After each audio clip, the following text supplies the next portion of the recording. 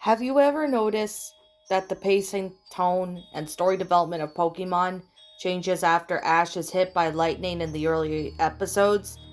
How Ash and this world are relatively normal after the incident? Well, I have a theory. The accident with the bike put Ash into a coma. Days later, he was found in a hurry to the hospital and treated with heavy medications. This is why Team Rocket became less menacing. The medication took effect and stabilized his coma dreams, so that way, instead of being terrifying, they became idyllic.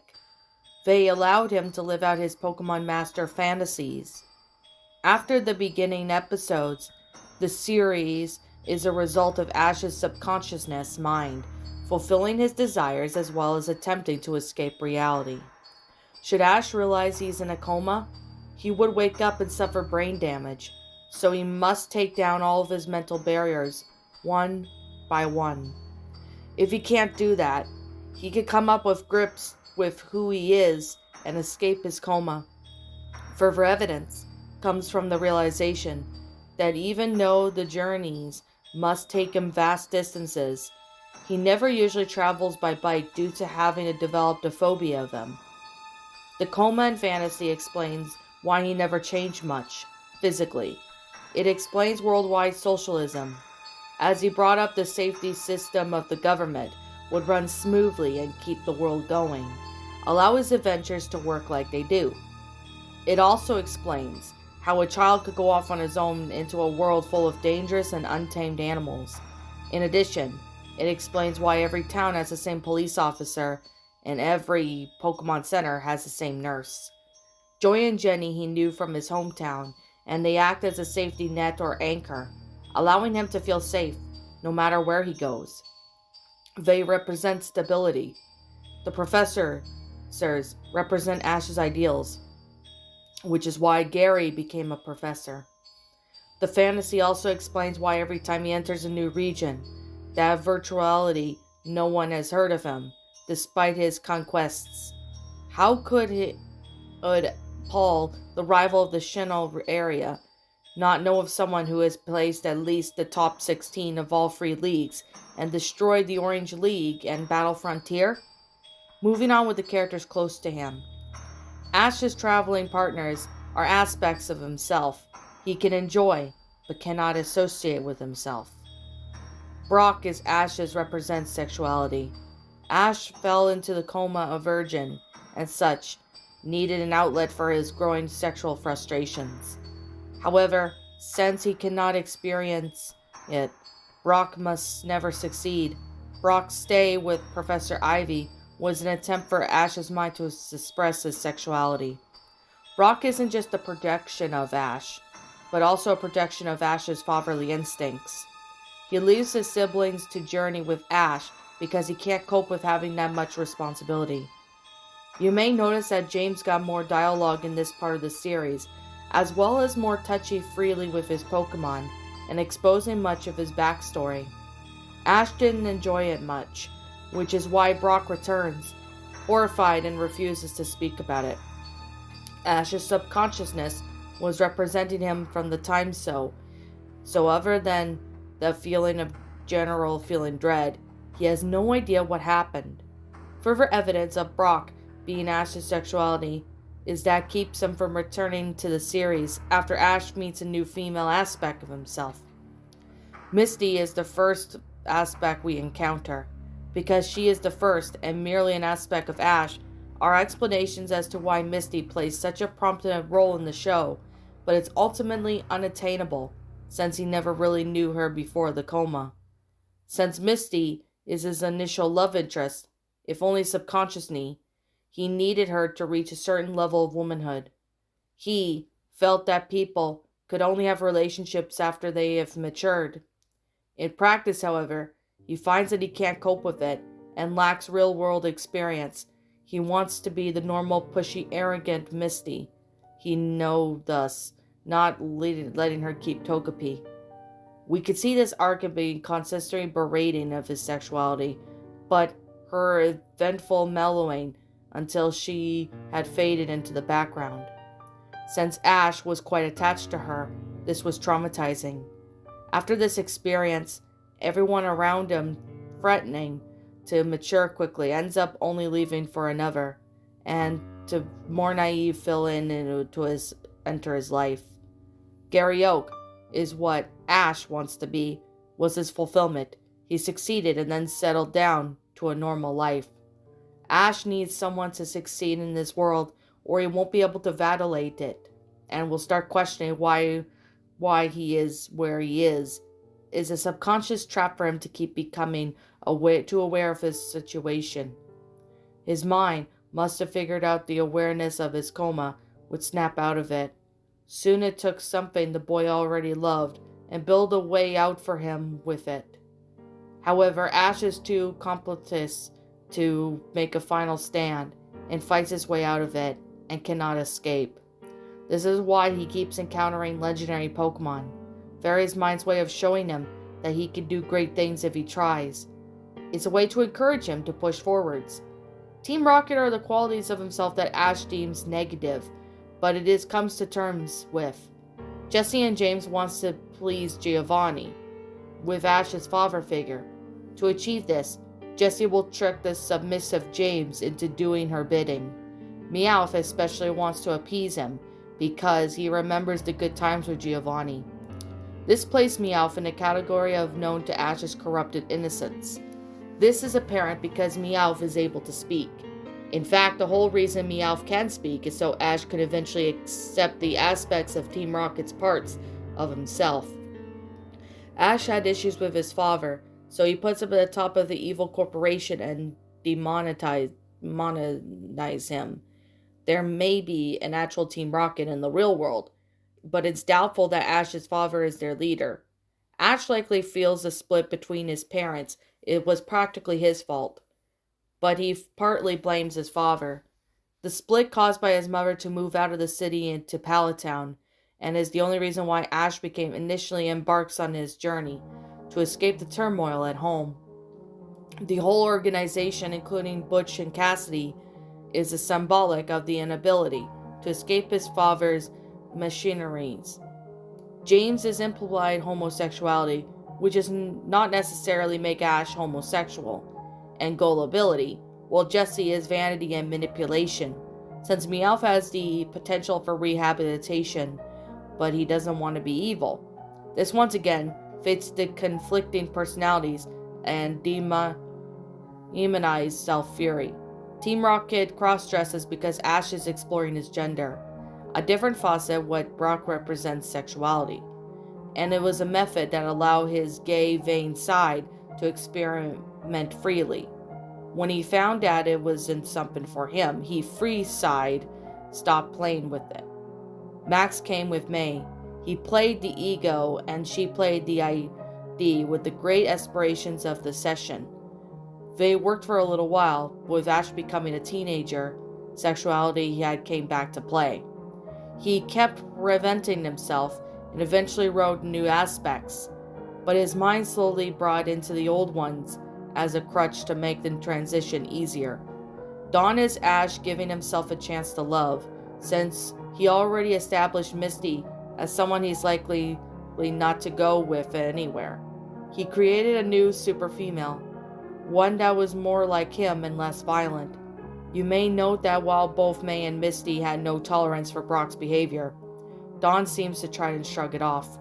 Tracy the Breeder was a possible future that Ash had discarded. His future was one that's sent off to work with Professor. Ash's ultimate ordeal of a father figure. When Tracy disrupted the dynamic Ash had with his possibilities, with Ash's mind fighting the coma, Ash viewing the person as a companion, Tracy was quickly replaced with a more threatening arrival. Pikachu represents Ash's humanity.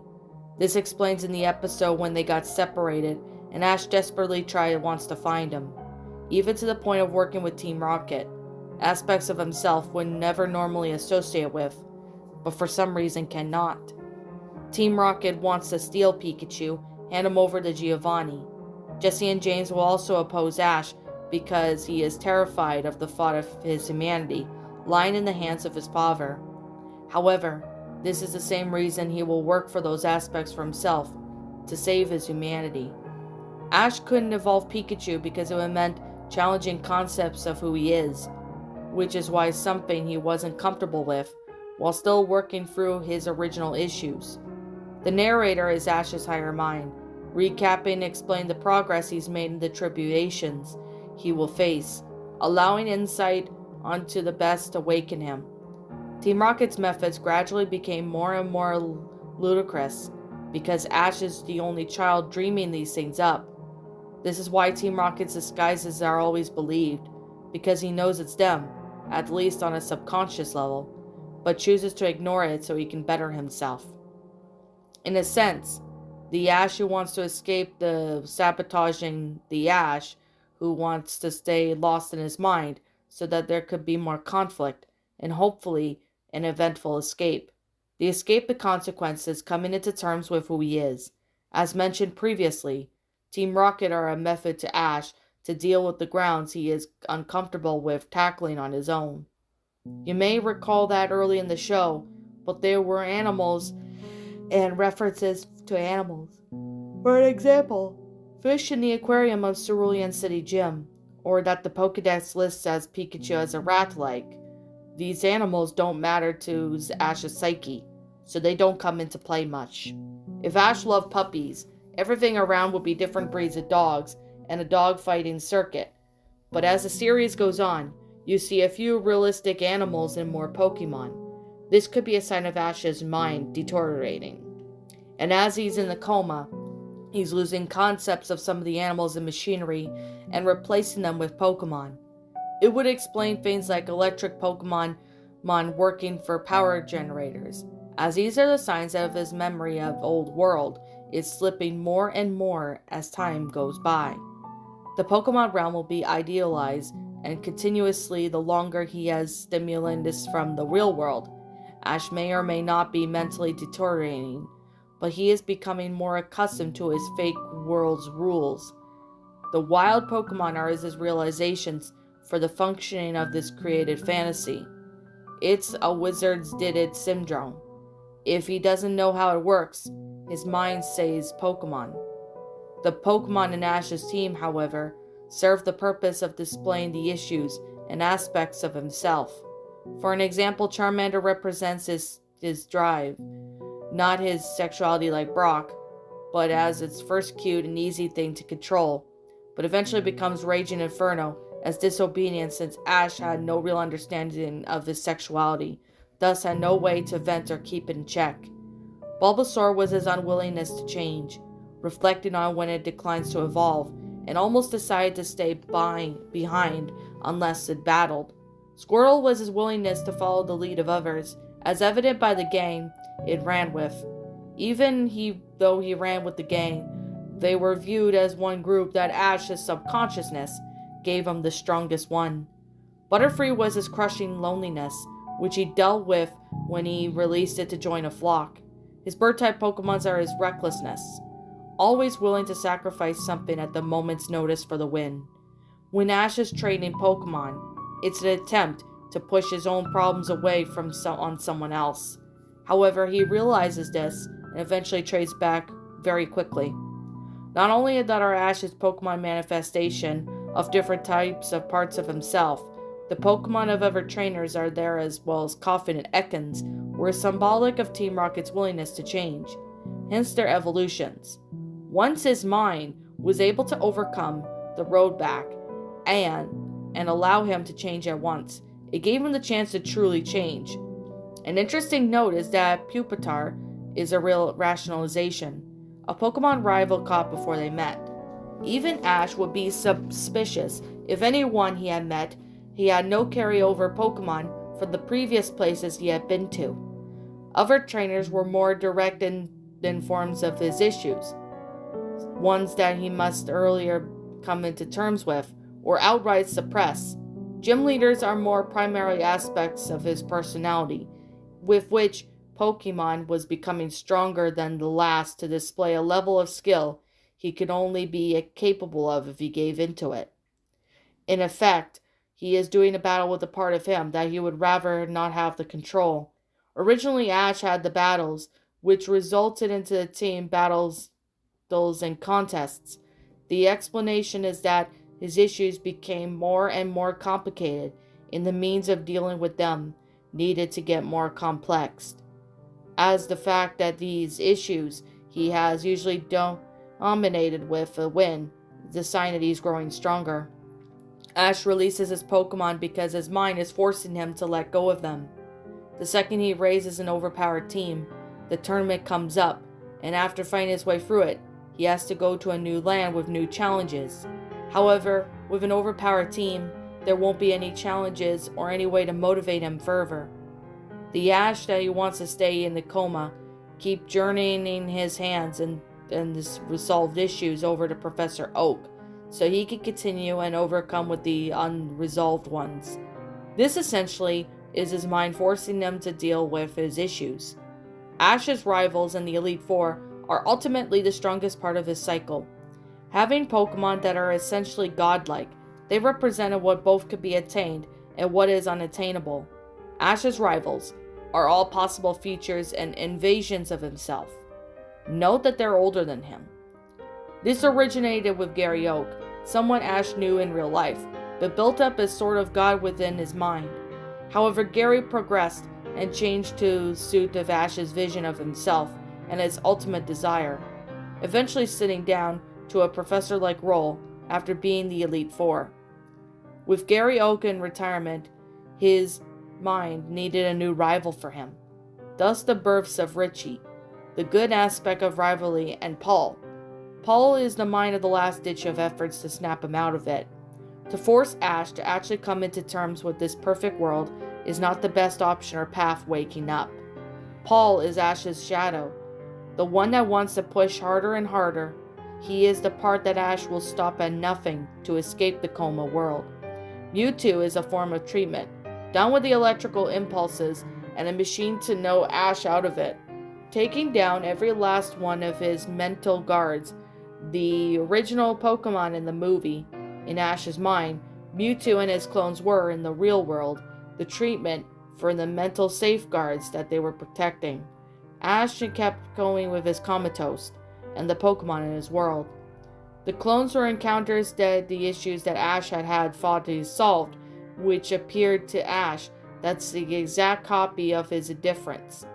The clones didn't play by the rules in Ash's world. They didn't use any special attacks or moves. They just beat down their counterparts through brute strength. The treatment was working. There were side effects. The electric jolts were the beginning of effect of Ash's nervous system. If the treatment continued, he would be paralyzed.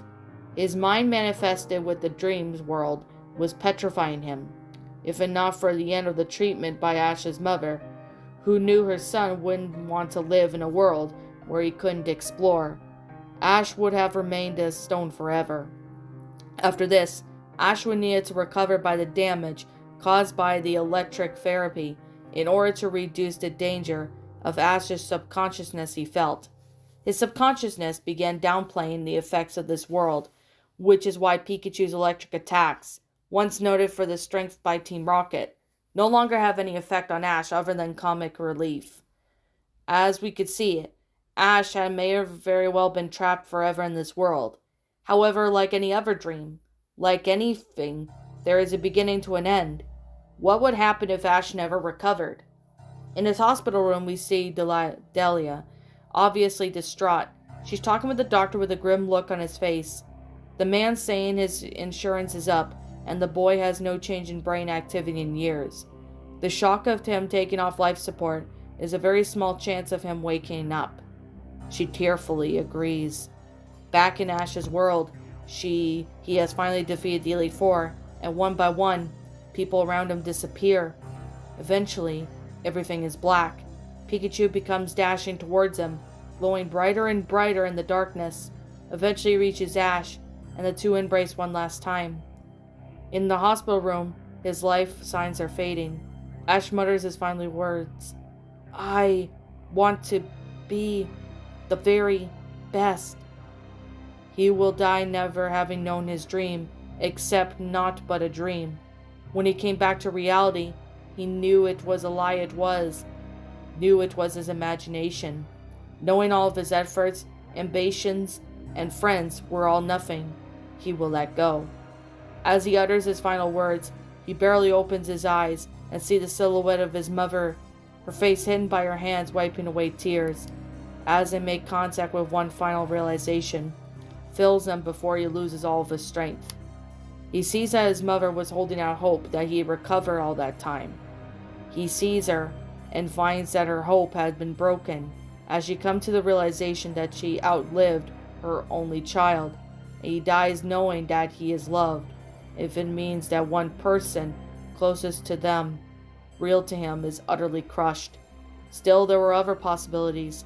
The fountain of time grows in mysterious ways. One could not go back against its current, such as Gatsby. However, one could only never see that he is waiting for him downstream. Ashes finally defeats Lance, only to be confronted not only by Gary Oak, but a mute image of himself. The voice of the narrator speaks to him, telling him now that he could finally escape the prison of his own mind. One by one, his friends begin to appear and melt away into more copies of himself, cheering him on. After a long, tough battle against himself, with the assistance of all of his Pokemon he had ever befriended, he jolts awake. In his hospital room, he sees his parents asleep. He finds himself unable to speak. Ash pushes forward towards his recovery. He goes through a physical therapy, training harder and harder with the rehabilitative Pokemon until he could walk on his own again. This time, as an old and wiser Ash sets out on his journey. Just like last time, he is getting to Professor Oak's laboratory. When there's only one Pokemon left, he suddenly recalls all of his memories of his life and realizes all of his friends are gone forever. As he sets out with his new companion, he finds the world darker than he imagined. More real Pokemon, people he had died to as aged. He vows to become the Pokemon master he ever dreamed he was. He vows himself. He vows to them, "I will be the very best."